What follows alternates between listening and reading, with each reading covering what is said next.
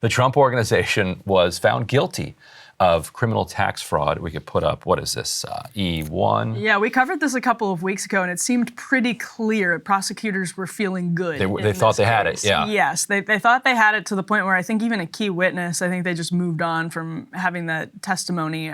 So the jury found the company guilty of federal tax fraud crimes. Again, this seemed pretty clear cut. I don't think it's really even surprising to big supporters of Donald Trump. I actually also don't think the Trump Organization ever anticipated being hauled into court for this kind of behavior, which is an interesting element of it. That and this is over Alan Weisselberg's actions. The question is, was he doing it on behalf? I think he was the CFO, right? Is he doing it on behalf of himself or the Trump Organization? Is it personal fraud or is it Trump Organization fraud? Can you connect the dots? Obviously, the jury thought that you could connect the dots, and that I think is probably fair. But again, this is I feel like I would say this is just kind of soft corporate corruption that you don't expect to get hauled into court for all of the time. It's fairly easy to hide.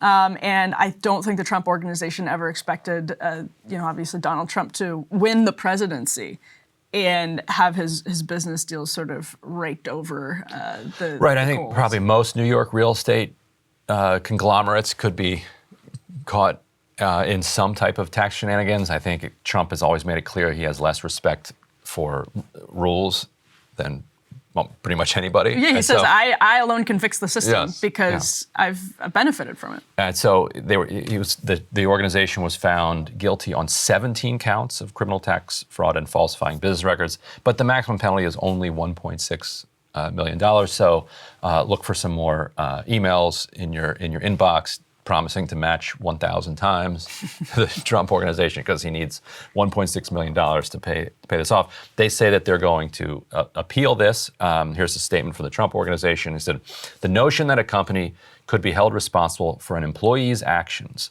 to benefit themselves on their own personal tax returns is simply preposterous.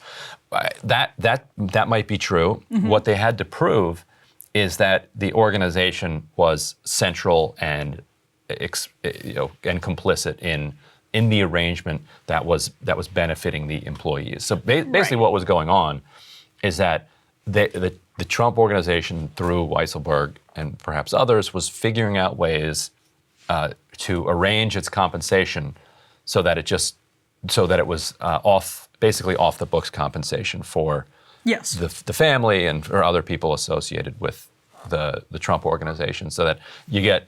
If you get a free apartment, if you get free this, free that, then it doesn't show up on your tax returns. Yeah, so Weisselberg had already pleaded guilty. That's basically what it is. But the Trump business entities did not. And so what was presented, for instance, this is NPR called it some of the most attention-grabbing evidence presented to the jury, were documents with Trump's signature. So that included a rental agreement for a luxury apartment that Weisselberg used, a private school tuition check for one of his grandchildren, and Weisselberg then admitted he didn't declare the benefits as income. So you can see then connecting the dots to the Trump Organization. That's where the Trump Organization says, this is just Weisselberg. And the jury obviously found this is a Trump Organization arrangement. Right. So the Trump Organization would say, look, our job is to pay people. Their job is to file their taxes fairly. Yeah.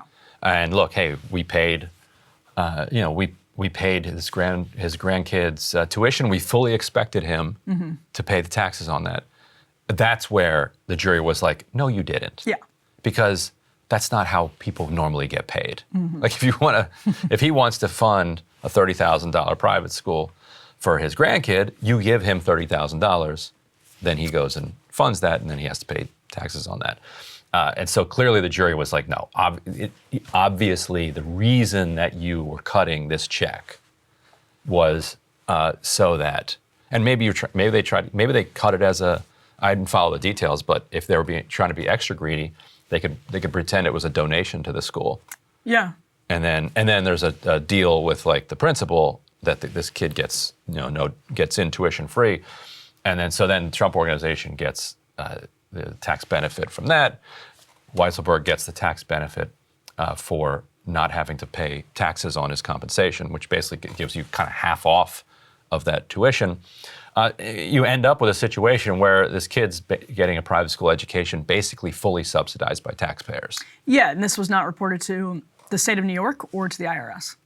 Right. Shocking. Yeah. So Anyway. there you go. Again, and listen, my beat is not New York real estate. It's not real estate either. More generally, I imagine this kind of thing is not entirely uncommon. Hey guys, ready or not, 2024 is fully upon us now, and Saagar and I have been brainstorming ways that we can really up our game for this critical election. Yeah, we rely on our premium subs to expand our coverage, to add staff, to upgrade the studio. We just want to give you the best independent coverage of this election, which is possible. So if you can help us out, become a premium subscriber today, breakingpoints.com, or the link is down here in the description video. It really means the world to us, and if you like what we're all about, this is the best possible way to keep us 100% independent, working only for you.